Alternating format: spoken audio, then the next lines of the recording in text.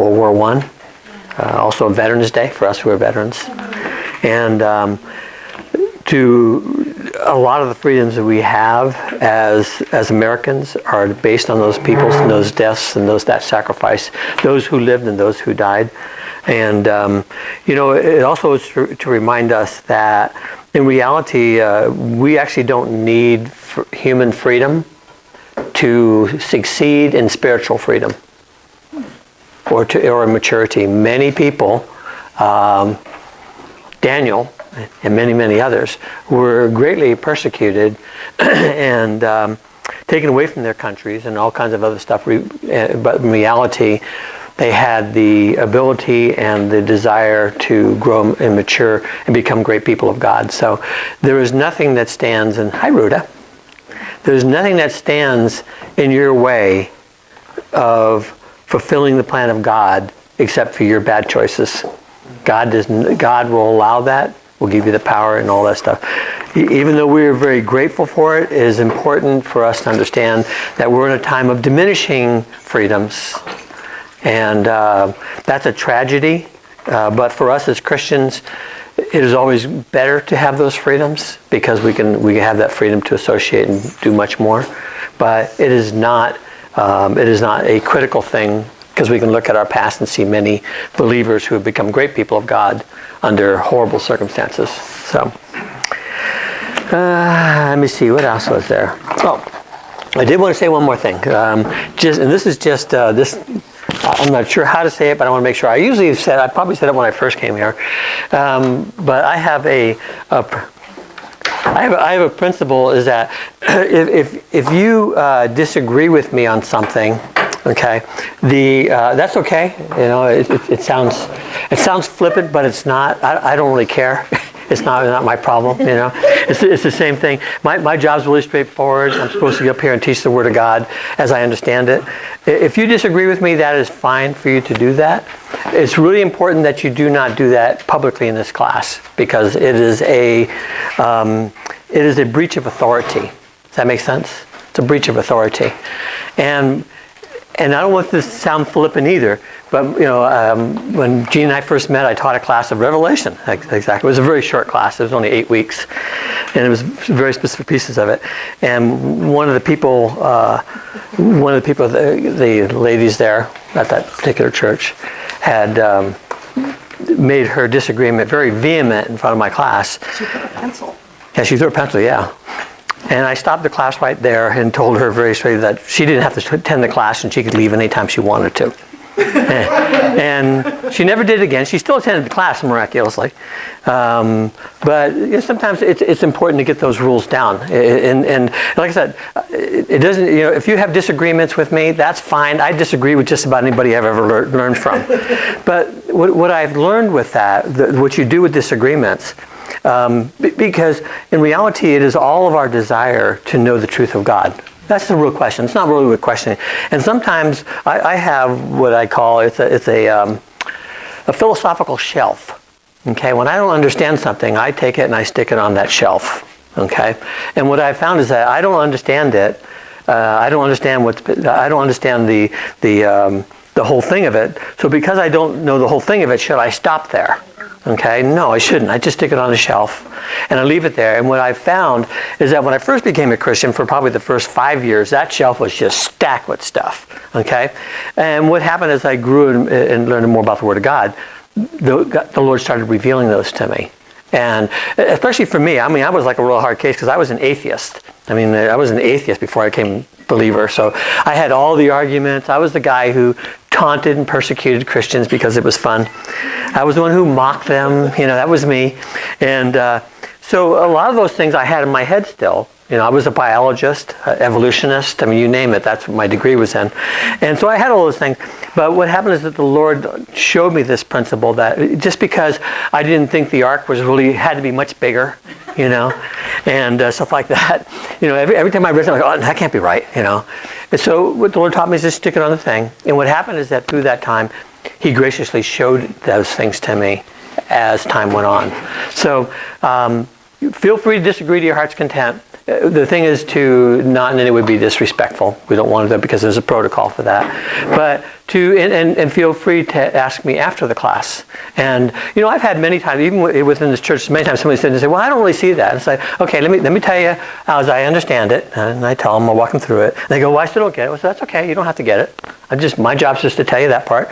I'm all done now. You pray about it and think about it and read about it. And then if you have any questions, come back. If you don't, that's okay. Does that make sense? Because that's the freedom. It's kind of the same. It's the same directions where that when you give somebody the gospel and somebody sits and says, I don't believe in Jesus Christ. You can fight with them there. You can fight with him and make an ass of yourself.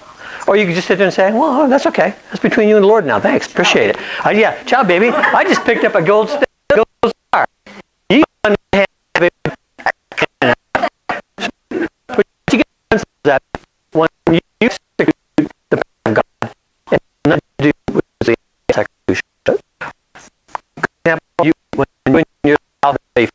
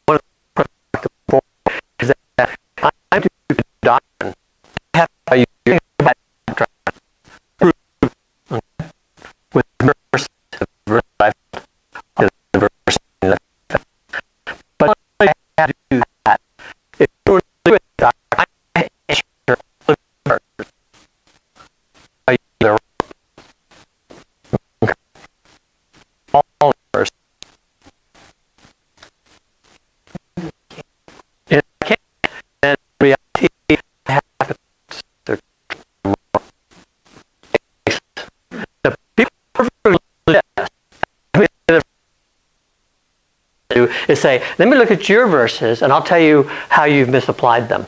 Or I'll tell you where they fit in. Because sometimes they fit in. They just fit in as a partial truth. Does that make sense? And this is a piece that we found in this one, is that there's all these partial truths. There's this great history. The problem is that it violates the context of prophecy. Is that in when I was telling Orly and I talked about it, what it did is it took these right here and it actually went through them really pretty well with the Bible verses themselves specifically and matched them up. They were perfectly matched, pages 11, okay, through page 11. But what it did after here is it has this whole other piece of the Roman Empire that it matched up with stuff that's actually in the future. And since this is future in a very general sense, 10 horns, 10 kings, I don't have the right to make that a past event and to say this is what they are. Why? There's not enough detail. I can pick anything, right? I can pick anything. So that's the whole point. Is that, you don't have the right to, you just violated context. You just violated your own principle. You don't have the right to just make stuff up. Okay? So anyway, hopefully that makes sense. Gives you some idea of how it came about. Then my wife made me buy a bunch of windows, so I had an extra half an hour, so it gave me the chance to write this too. So God apparently was... I'd been thinking about this since I worked on it last night and been working on it for a few days. Saying, it's funny enough, I've actually wanted to produce this for years. I just never had a reason to do it. You know? Yeah. So what I'll do is I'll actually take this thing and I'll put it in 11 by 17 so that we can use it because, yeah, I will always when I'm done. Not right now. No, we're gonna actually study it from here. But when we come to chapter 13, when these people, this particular person right here, shows up, it'll be important to go through these verses and to establish them. But since we run into him as the first beast, as part of the first seal, which is why we're talking about him tonight. Does that make sense? So this fits the context. If you look at Revelation 6:2, it says, "I looked, and there before me was a white horse." Now, we talked about the white horse before. This is a dictator, okay? This is a conquesting champion. Not necessarily good or bad. A lot of people make this Jesus Christ until they actually read about it and they realize they're wrong, okay? The white horse that shows up with Christ shows up in chapter 19. This right here is this dictator, okay? He is the fourth beast, dictator of the revived Roman Empire, just to kind of give you the context of it. And his rider, and we talk about the bow, and he was given a crown, and he was given authority by Satan himself. That's later on revealed. So we wanted to touch bases with that, but I wanted to, the reason I wanted to put it up here is so you can look at it, okay? And I color-coded it a little bit so that you can see things. So if you look at what we have here, we have the Chaldean, people call it the Babylonian. It's not the Babylonian Empire. It's the Chaldean Empire. Babylonians were actually conquered by the Chaldeans much before this, 100 years before it, which is why they're not the Babylonians. Sometimes you hear your text will say, the Neo-Babylonians. Well, there's no such thing as the Neo-Babylonians. They were the Chaldeans. The Chaldeans were the swamp people who came out and conquered the Babylonians. Okay, and the bear, that's the lion. So we're going to hear about it. We learned about some of this last week, and Daniel will touch bases with the little horn. And we have the bear. And look at these beasts here. These are powerful beasts, and these are what he saw in the vision. Okay, both Daniel and John both saw these in the vision itself. Okay, and this is the what's called the Medo-Persian. Okay, the bear is the second, and these are Gentile empires. Now, if you notice, we haven't had any empires since the Roman Empire. There have been no worldwide conquerors since 476 AD, which is the historical date for the end of the Roman Empire. We had Nebuchadnezzar, right? Cyrus the Great and Darius, right? We have Alexander the Great and the four great generals, and we have all the Roman Empire, which is the greatest and longest empire in human history. Many of them, Nero's, Trajan. I mean, it goes on and on. There's just hundreds of them. And then that went away. That died. Okay, and then what we're right here. So I'm putting a little excess "we're," and I'm putting time in here because it doesn't map out right without going into the next room, okay? And so I put a little time question here because this is the closure part. The prophecy takes place here, okay? And why does the prophecy take place here? It's because the prophecy is the 70th week. Okay? This is the 70th week. We've talked about this. So what I did is I took the Medo-Persian Empire and put it right in here. And this is when the 0 time frame took place. If you remember, this is when we talked about, I think it's in Daniel 9. I think it's right here where it comes up. And they had the first 7 weeks. Then they had the 62 weeks. And the 62 weeks, we'll run that over here, is when when the Christ is cut off. Okay, so you can do the math on this stuff. And there are people who have done this math. If you look at when Jerusalem was put together and the streets were formed and all the stuff was, the infrastructure was completed, and the decree of, I think it's Artaxerxes, the Longimanus, who makes it. When he makes that decree, it's a known date. And so you take this, this is the period right here. Okay, so you take that day, that we know what that is, and we know what this day is. We have an idea what that is. And you do, 6 plus 7 plus 62, okay, and that's 69. And that's times 7, right? Times 360, because those are lunar years, okay? And then you take that and you divide it by 365.25, number of days in a solar year. And what you end up is that from that decree, and you also have to take off, let me see what you have to take off. I think you have to take off 1 year because there's 1 year where they messed up. Does it have to do with leap years? No, the quarter takes care of leap year. Oh. See, they didn't. They did lunar years. All prophecies, for some reason, is always done in lunar years, so, which is 30-day calendar month. We know that what happened is that when they used lunar, the problem they had when the Jews used the lunar is that, and you'll hear about this in history, what happens is they were progressing, and all of a sudden, for like us, all of a sudden December 25th was in the middle of summer. Okay? Because what happens is you lose a day, you lose a day, you lose a day, and your year's progressing out. And all of a sudden, Christmas is in the dead heat of summer because you're all messed up. So that's why you do this equation here, okay? And what this turns out to be is about 30 AD. So this would be the Gregorian calendar, right? The Gregorian, no, actually this is the Julian here. Yeah, this is the Hebrew calendar because it's prophetic, yeah. But yeah, this is the Julian calendar. And there was actually an error in the Julian calendar, if you remember one of the guys who was doing it. He messed it up. And so you have to account for that. And there's a book written on this that nails this down exactly. But both of these are both known. This turns out that Jesus died about April of 30 AD. Okay, and if you do the math, also most people think he was actually born on April. Shh! Don't tell anybody. Get in trouble. Get in trouble all by myself. So anyway, so it could give us some idea of how this is, and so this kind of matches everything up. The fatal wound is in here. This is an explanation. And then we're right in here. We've talked about that before, right? We're the age of intercalation. Intercalation starts 10 days after the cross, right? The Pentecost. And today's date, whatever that is. This is the intercalation right there. So far. It will end on the rapture.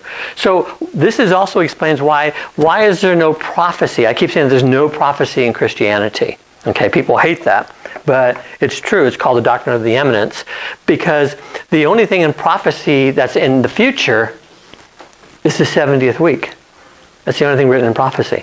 So are there things that are written about in here that could be interpreted? One of the things we do, like the European Union, putting that together. It is exciting, could be true, but it may not be true. Okay? Why may it not be true is because no one knows the date. We know that, right? No, there's only one person who knows the date, right? That's the Father. That's what Jesus says. God knows the date, nobody else does. Actually, it's not just the Father. God knows. All three persons of the Trinity have to know the day, right? Right. Yeah, or they're not omniscient. But it gives us some idea. And also tells us where the rapture is. And we know that in the rapture, the judgment seat of Christ is up here. I think I need another pen. So we know the judgment seat of Christ is up there. Toss that, would you? And so it just kind of allows us to put some stuff down, which is my purpose in putting it in the calendar. But it kind of sits there. This is, we know, is history. We know history. We know all the way up to here. And we know that this is the future. Okay? We know this is the future because of prophecy. This is all prophecy. So here's the bookend of prophecy right here. The rapture starts, it's called the day of the Lord. And you know that because the day of the Lord starts right here with the 70th week. Okay? This is a Christian prophecy, matches up with the Old Testament prophecy. We have none, but we run into it at the rapture. We're on their bookend. We're on the outside of their bookend. We complete it. Okay? So when that day happens, the rapture takes place, the judgment seat of Christ is up here, and then we start running into prophecy from here down. Okay? And this right here, I used all 4 of these colors here because if you remember a while ago, if you look at the procession of the beast, and these are Gentile empires. Okay, that's what they are. The beast are Gentile empires. And the beast are actually a better word for dictator. And we talked about it. The reason this is so important is because we don't live in many of the countries that we have aren't dictators in this time. But in a time of tribulation, dictators rise to the surface. Why? Because people want to be protected and they're perfectly happy to give up their freedom for safety. Anybody who knows anything about principles knows that that's true. It's stupid, but it's true. Also, we tend to, as Christians, to think that democracy is some kind of really sacred good thing. In reality, just so I can say it out loud, is that democracy is probably the worst form of government that there is. Okay, we are not a democracy. We are a constitutional republic. Okay, we were founded on that. Okay, democracies have existed, but they tend to go downhill. They tend to be very, really messed up. The Athenians were probably the last ones who had a real good democracy. And it's really mob rule. When you think about what democracy really is, that's what it is. If you think about this particular time right here, and this particular time over here, or if you think about heaven today, heaven, by the way, is not a democracy, just in case you didn't know that. Okay. The millennium will not be a democracy. The eternal state will not be a democracy. What does that tell you? It tells you that democracy is not a really stable form of government. It's not. So, but what happens to constitutional republics, they tend to degenerate towards democracies. That's one. And then they actually get worse, which is what you're seeing today. You're seeing people who have no investment in the government with the ability to vote. Okay, and that's what democracies do by definition. We'll get off of that part. I just thought I'd include in because a lot of times Christians say, well, democracy is really good. Well, but if you look at your theology says it's not. Okay? Your theology says that democracy, would you think that Jesus Christ could rule the world perfectly if it were a democracy? No, it can't. Okay? It cannot do that. The eternal state is going to be a dictatorship. Okay? Which we will all absolutely love because slaves that are taken care of perfectly are happy slaves. Okay? That's why we get the name doulos, right? We're all familiar with doulos? That's what we are. We're all doulosses. D-O-U-L-O-S. Doulosses. That's what we are. Slaves. We'd be slaves. We'd be happy slaves. So, let's go to this piece here. Let's go to Daniel 7. We're going to try to look through some of this stuff here. I think we did this. I don't know if we did this or not last week. We may have touched base with it. Let's just do it, and we can kind of blow through it. And you can see what they're talking about here. Okay, so Daniel chapter. Oh no, I wanted to go to Daniel chapter 2 first. Actually, when I put this, I want to go out of order here. I did a 7, just so you know. Oh, did good. Okay, then we don't have to really spend time on it. That's even better. So let's go to Daniel 2. 31 through 35. And this is really the basis of it, okay? This is the basis of a lot of information for us. Let me see, is it 31? Yeah, okay. Daniel 2:31, okay. And this is, if you remember this piece right here, you probably have notes on it. This is Daniel explaining Nebuchadnezzar's dream. Okay. Now, if you remember, there was a crux on. There was a condition on the dream. Okay. That remember what was the major condition on the dream that made it impossible for anybody else to say what it was? The dream. No, you have to know what the dream was and also interpret it. That's right. You couldn't just interpret it. See, if he'd have said what the dream was, they'd have said, "Oh yeah, let me tell you what that means. I can help you with that." But he trumped them and said, I knew that you guys would do this. So guess what? You need to tell me the dream or and then what do they say? Nobody can do that. Okay? So it's a terrific piece, but this is what he is doing. God has revealed it to him. He says, and he's talking to Nebuchadnezzar. You looked, O king, and there before you stood a large statue, enormous, dazzling statue, awesome in appearance. The head of the statue was made of pure gold. That would be, in the image, that would be the Chaldean Empire. That's Nebuchadnezzar. Okay, we know this picture. The chest and arms would be of silver, and that would be the Medo-Persian. Okay, that's why there's two arms. Okay. Its belly and its thighs of bronze, that would be the Greco-Macedonian. That would be Alexander the Great. Okay? So what he's doing here is God is giving him a picture, Nebuchadnezzar, of this empire as it goes out. And he says its legs are of iron and its feet partly of iron and partly of baked clay. So if we had to look at ours, we have the gold, we have the silver, we have the bronze, we have the legs of iron, East and West Empire. If you remember that was done by, what's his name? Constantine, when he split the empire. And then we have the 10 toes matching up. Okay? Yeah, so we have and why was it iron and clay? It's because it shows you that it's not like the original beast. It's a less perfect form. Okay, has some flakes in it. Has some flaky countries. And in reality, we were one of the things about the book I was talking about with Orly. One of the things that's an immediate trigger that tells you that it's in the wrong spot is when somebody starts telling you about where the United States fits in prophecy. The United States does not fit in prophecy. There is zero prophecy about the United States. And many people are upset with that. They'll say, well, they're probably in the 10 toes. They could be. I don't know. Could be. I don't think so, but they could be. They could be an extension empire. But I'm telling you right now that if it were to happen in our time, and I'm not saying it will because the rapture of the eminency would make me a liar. Anybody who says when the rapture is going to take place is a liar by definition. Okay, they're just not. God will make sure it doesn't happen on that day. Okay, but in reality is that when you take it, I think this is Richard Fenimore's opinion, is that when you take the Christians out of the United States like that, you don't have a nation anymore. You have a pathetic something or other, but it's not this country. It's not a leading country. Okay. So if it were to happen today, I would say that's why it doesn't show up in prophecy, is because there's no one to lead. There's no one to respect. In reality, the foundation of Christianity, the divine establishment, is what our Constitution is written over. That's why there's American exceptionalism. That's why this is a great country. That's why we have the greatest economy in world history, second to nothing. Okay? It's because we're established on God's rules. Even when you take people who aren't believers, they still have the same rules. Okay? So that has always been true. So let's see if we can find him. Where is he at here? 3. Okay, there we go. So we know who. So we know who's who. Where we're at there. So this is a picture of the prophecy of the Gentile nations that would be taking place.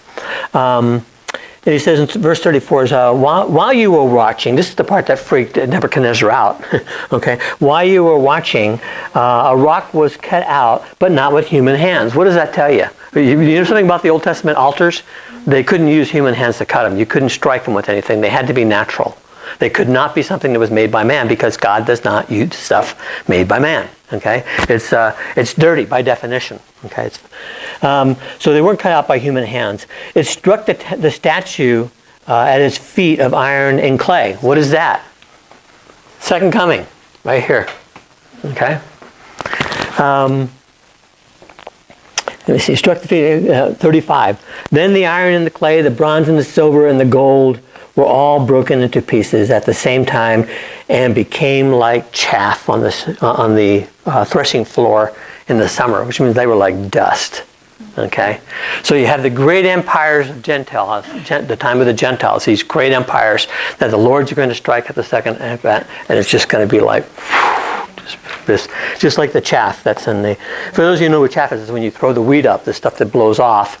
That's what they would do. They'd always do it in front of a hole, throw it up so the wind would blow it off, and all the rubbish would go away, and the wheat would fall to the ground. The wind swept them away without even leaving a trace. That's the millennium. Okay, that's the millennium. There will be no trace. All those great empires and all that great stuff doesn't mean anything. When the eternal state is, it won't be even recorded. Okay, it will have no purpose. It says, but the rock that struck the statue became a huge mountain and filled the whole earth. That's the millennial reign of Christ. Also shows you that an empire, the empire it's talking about was referred to as a mountain that became a mountain. This is part that comes back to this part here. Some of the mountains that are going to be in prophecy. This particular one is, we talked about it before, it's really important that when you're looking at prophecy to be Israel-centric. Okay, does that make sense? Because prophecy is about Israel. It's not about us. We're not in prophecy. Why are we in prophecy? Because we are the very children of God the Father. The very personal, individually. Every one of you are a child of the eternal God. You are the very brother of Jesus Christ. The Jews were never talked about that way. They were talked about as a nation, collectively. That's when Jesus said, I am the Father's, he's my Father. What do they want to do with him? Kill him. That's right. You can't say that you can't say that you're that. You can't do that. That's blasphemy. Nobody. We have the nation, the people of God, but no individuals. Okay, we are not like that. We are the very personal and individuals. That's why we are individually the ambassadors of Christ. That's why we have a priesthood, that we are directly with God himself. Okay? So, got done with that. So let's go to 7 for a second. And I think we got most of those. 777.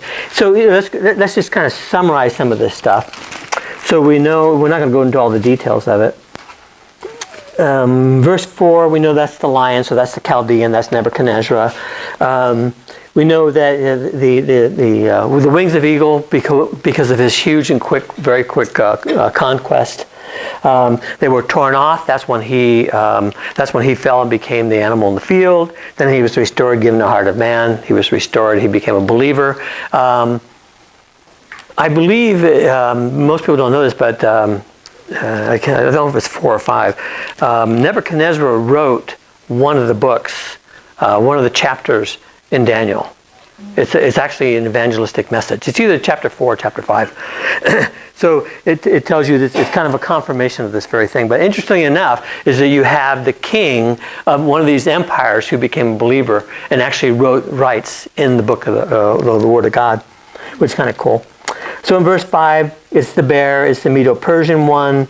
It says it was up. It was raised on one of its sides. That just goes to show you that Cyrus the Great was a Persian. Okay, his uncle was Astyages. In reality, the Persians conquered the Medians, and it was actually the ruling part for that entire time. The 3 ribs. That's India.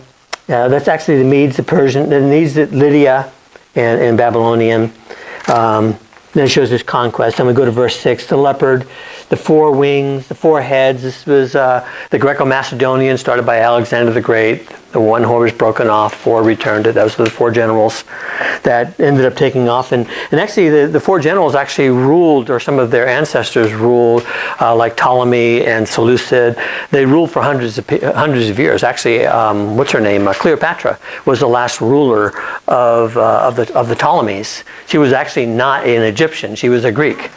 And she was a Greek, yeah, and she was the last ruler before and if you remember what happened is that Octavius ended up taking over that after she was conquered and pulled it into the empire, Roman Empire. Okay, so that's all so she was one of the last remaining pieces of those 4 generals. And this is the part right here. This is where we start into the piece here, the 4th beast. He says, after that in my vision of night, this is verse 7, I looked and there before me was a 4th beast, terrifying, frightening, and very powerful. Iron teeth. Okay, this is the iron part again. It crushes and devours its victims, and it tramples underfoot whatever is left. It was different than all the former beasts. Okay, it's very different if you look at it. For one thing, the Roman Empire was not like any of these that were very. These were the Chaldeans. These are the Medes and the Persians. You know, this is the Greco and the Macedonian, essentially the Greeks. But this one here was a collection of all of them. There was no one greater than the other. They were from everywhere. The other part is that it became the very first place of Christianity. Christianity flourished in the Roman Empire.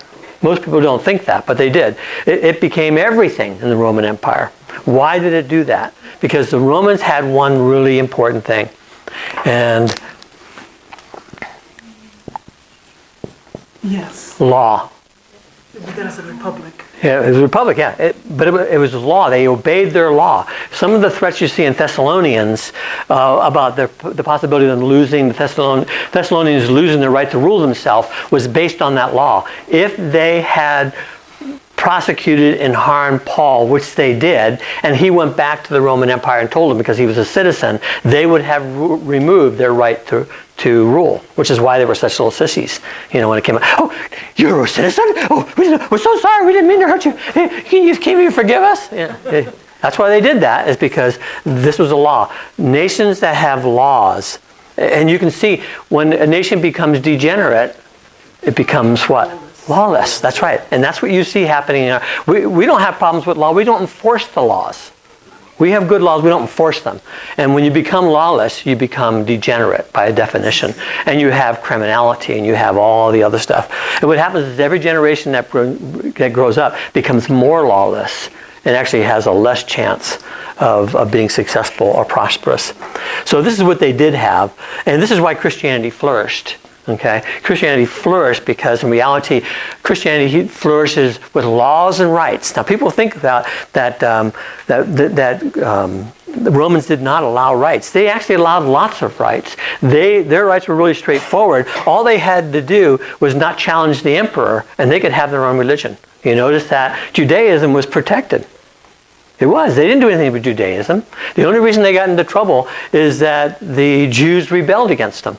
And when they rebelled against the law, the hand of the iron, it was called Pax Romana. That's what they call it, Pax Romana.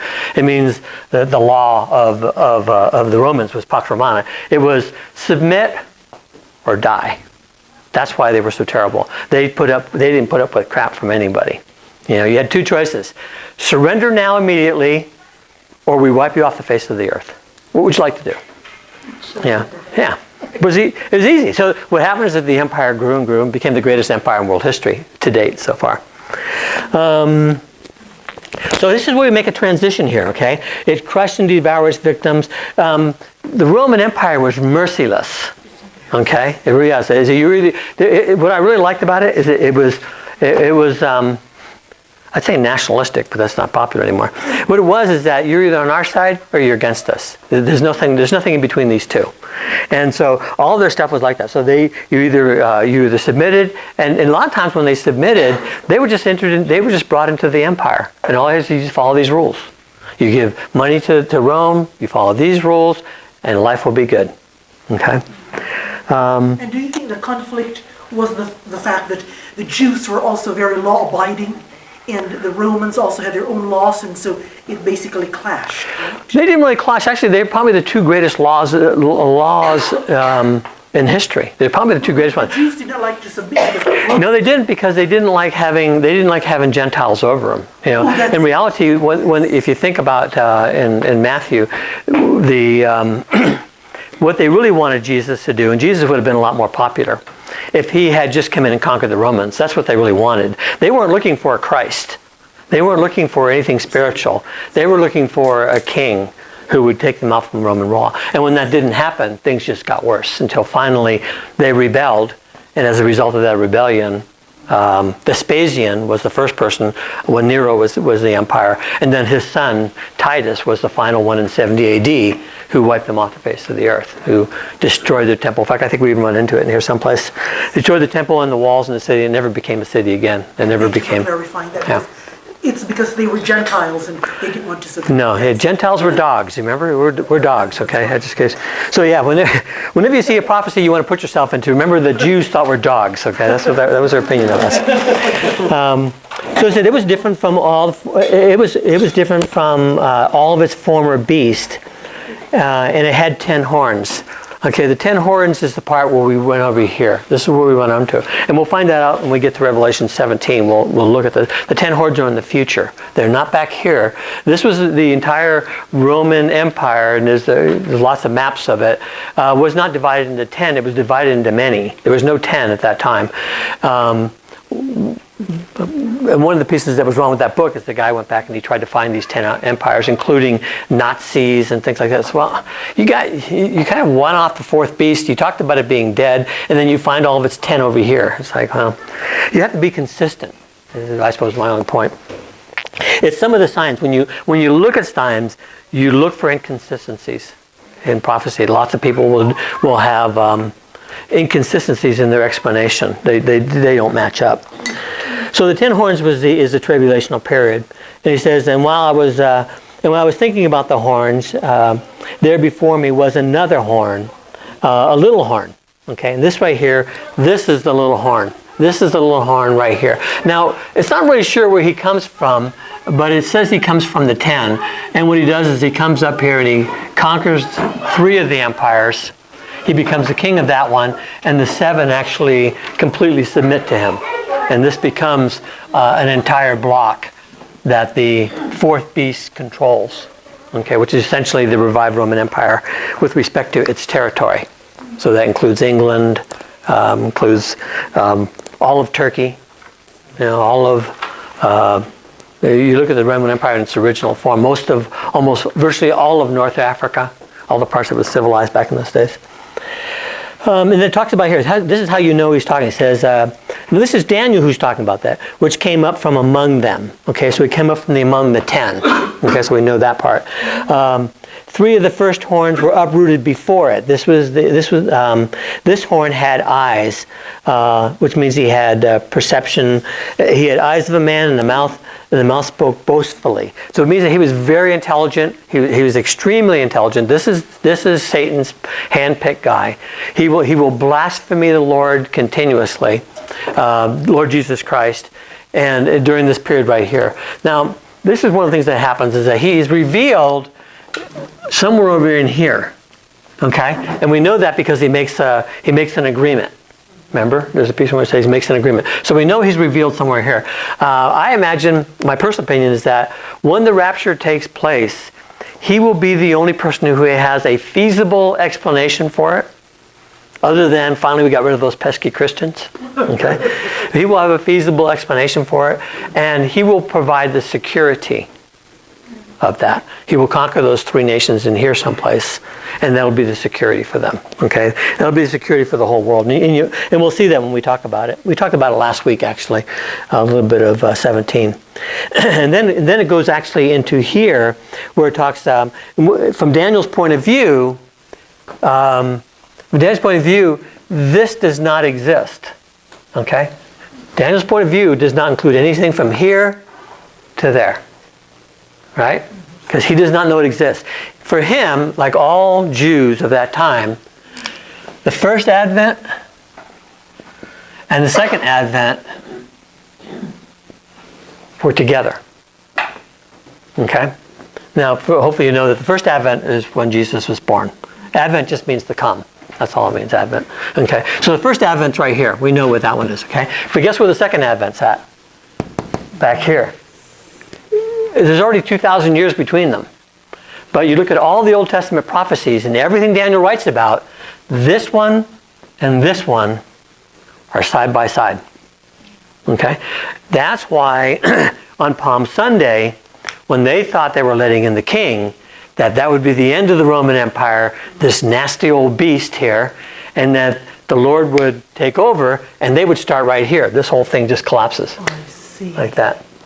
Okay? So this was not shown to Daniel, this part? No, Daniel did not see any of this. He saw this, the beast, but for him, this beast and that beast Were the same. were the same because the times are together. Okay, if you can look at it, he just extended this one to here, and that was the second. They were side by side. Okay.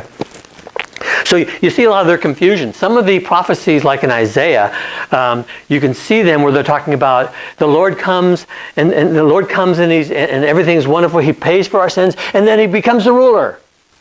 All in the same sentence, all in the same verse. I think it's Isaiah 62. I think that's where it's at. But you look in the same verse, and the first and second advent happen in the same verse. This is the verse A, that's verse B, in the same verse. So they didn't see that. They did not know. That's why you cannot look into the Old Testament and find the church. You actually can't. It's really difficult to look at it in Matthew, Mark, or Luke, with the exception of the prophecy by Jesus Christ of the church itself. You don't see it. Nobody talks about it. They don't even know it's going to happen when they're writing it. Okay? Up until the day it happens, they're not even sure what it is. And that was 50 days after the cross. I'm not even sure about the cross. No, they weren't even sure about the cross. Yeah, 50 days. 50 days is where Pentecost comes So from. John would be the one to write this part. Yes, John's about. Yeah, if you look at everything, in fact, if you look at Daniel, we did a long study on it. These two fold together. In reality, he as soon as he's done with the beast in chapter 11, chapter 12 is what? Right there, second coming. Okay, everybody's going to be restored, and everything's going to be laid out, and the people are going to be, the bad people are going to be wiped out. That's the baptism of fire I keep talking about. We'll come to that someday. And then the millennium's going to start, and everything's going to be wonderful, and then they're going right into eternity. Okay, because for them, they're side by side. Okay, this is why the scriptures call this the mystery. And it has what's called the mystery doctrines. Okay, Jews and Gentiles talk to each other. Okay, I'm always wondering what the Jews must have thought when the Lord was revealing all the prophecy about bringing in the Gentiles. You know, I always think about, gosh, they must not have been very happy about that. You know, because if you look at the Jews, they were always they looked at Gentiles, of which we all are. Look at Gentiles as in those days, being a dog was insulting. Today we love our dogs, and our dogs are domesticated, and but in their days they were the ones who ate the scraps on the sea, and they were starving to death, and they were vicious. Okay, if you look at all the descriptions of dogs, that's what they were. So they gave that to Gentiles because, from a God point of view, with their heritage and what God had taught them, we acted like complete savages. Okay, there was no way that God was going to be able to bring them in, but if He says so. So then, if you look at what happens right in Daniel now, in verse 9, it says, the thrones were set apart. The Ancient of Days took his seat. His clothing was white as snow. See, now enters the Christ right here. Okay, he just walks right into it. Hair was white and shining, goes all through that stuff like that. And then in verse 11 it says, I continued to watch because the boastful words of the horn were speaking, and I kept looking until the beast was slain and his body was destroyed and thrown into the blazing fire. Okay, so we can see right here that that's exactly what happens right there. Okay, in Revelation. So this is the viewpoint. Got 4 minutes, huh? I can always just. Let me see. Daniel 9:25. Okay, I was in Daniel. I just flipped out of it. Let's get Daniel out of the way. I don't mean for it to sound the way it does, but you can see here that some of the piece here, 9:25. Okay, we'll just read it. Know and understand this. This is the interpretation. Yeah, Gabriel's given this one. From the issuing of the decree to restore the rebuilt Jerusalem until the anointed one, the ruler, comes, there will be 7 sevens and 62 sevens. What is that?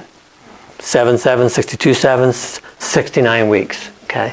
In reality, that's 69 times 7 times 360 divided by 364. Will give you the number of years between this one. This is a decree that is known in secular history. We most of the time guess about this one, but it's pretty close. Okay. It will be rebuilt. It will be rebuilt with streets and trenches, but in the times of trouble. Which means that remember this is the part where they were having problems with the Samaritans. I can't remember what was his name? Sanballat. They were having problems where they were trying to rebuild it. Zerubbabel and all of them. That's when they're having problems putting it together. After 62 sevens, okay, that's the anointed one will be cut off. That's the cross. Okay, and will have nothing. And will have nothing. It means he will have no children. He will have nothing. Okay, from their point of view, the people of the ruler will come and will destroy the city and the sanctuary. Stop there. We know what date that is. That's 70 A.D. That's General Titus wiping out Jerusalem. Millions of people died in that one here. And he says, and the end will come like a flood, meaning this piece right here. What does a flood do? It comes fast and furious and quick and powerful. Okay? So it's talking about the end. So from his point of view, we say, this isn't here. They just went from 70 A.D. to right there, and it happened. Okay? War will continue until the end. Desolation have been decrees. This is the trouble called the trouble of Jacob. This is Jacob's trouble. This means that bad things are going to happen in the tribulation. The Jews have always known that. This is going to be the punishment. All of a sudden from verse 26 to verse 27, we've jumped to the fourth beast. Okay? Because from Daniel's point of view, this one and that one are the same. Okay? He will confirm a covenant with many for 1/7. What's left over? 1/7. And this is where he makes that covenant right here. And what do we know about what happens in the middle of the covenant? He breaks it, right? What is that covenant? That covenant, just to give you the quick explanation, is a covenant that he makes with Israel, with the dictator of Israel, who is the false prophet. They align each other. He makes a commitment, says, I will take care of you, but you will be mine. And this guy's all happy because at this point, you think things are bad for Israel today? You take the church in America out of it, Israel's not going to be a pretty place to be. And he realizes that. So that break in the covenant right here happens halfway through. And just to kind of give you, this is when the abomination of desolation takes place. He breaks the covenant. You no longer have the right to rule yourself and have your own religion. You will put a statue of me in your holy of holies, and your people worship me or die. Okay? That just happens to coincide with Satan being expelled from heaven by Michael in chapter 12 of Revelation. And he is now secluded to the earth. Okay? During this last time is also when the demon armies come out of the abyss and we'll cover that in like chapter 9 and 10. We'll come out during the same time. Watch for this part. This is the important part.